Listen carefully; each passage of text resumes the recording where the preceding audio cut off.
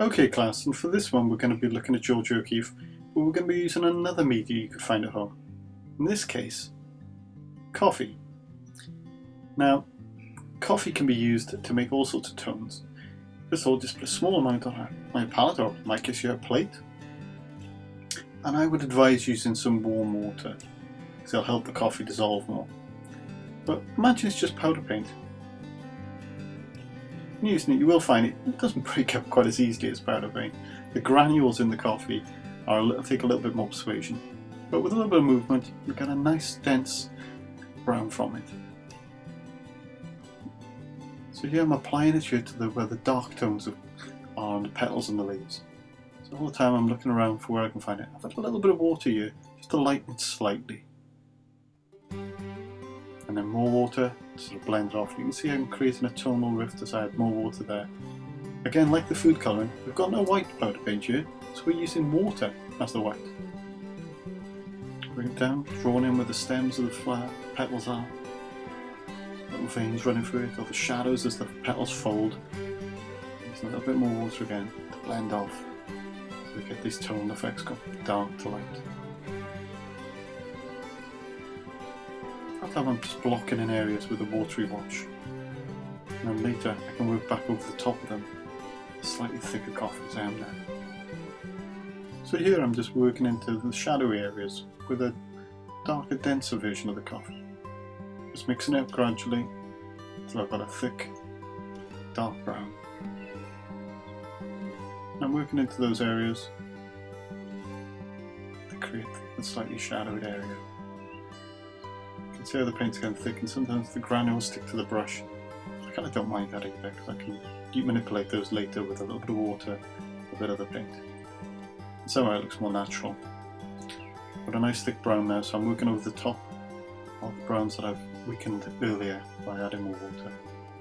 Just trying to get some of those little veins going down the centre of the petals. Darkening some of the shadow areas again where they've lightened when I've blended them out. I'm constantly looking for where the dark and light tones are, and then reworking areas as I think that they've either lightened as they've dried, or lightened because I've added water over the top to blend them out. The more I work, the more detail I can get.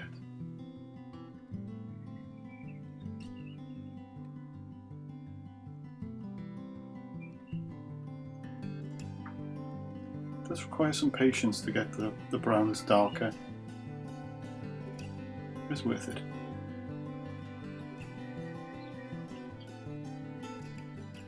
Constantly looking for where I can add shadow and add little details. Just slightly add more layering, the dark to lights. As I've said, the more you work, the more you see the detail come out. It's a lot of patience, but the effect was good in the end.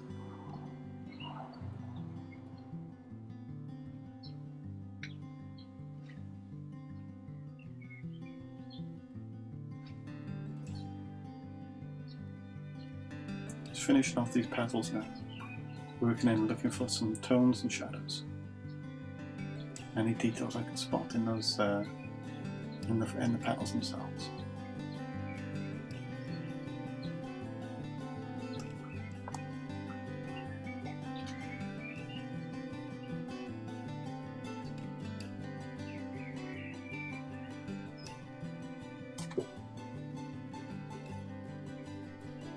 Last few details now coming in.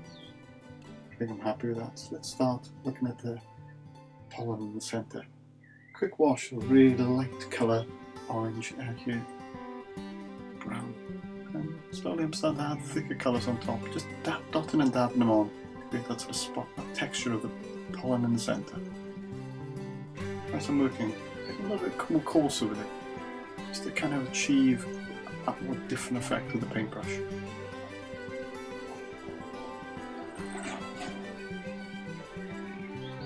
I'm just dabbing on some raw coffee, see if I can get a more rougher effect to the texture. I'm happy with that now. Hope you have fun with it, and good luck.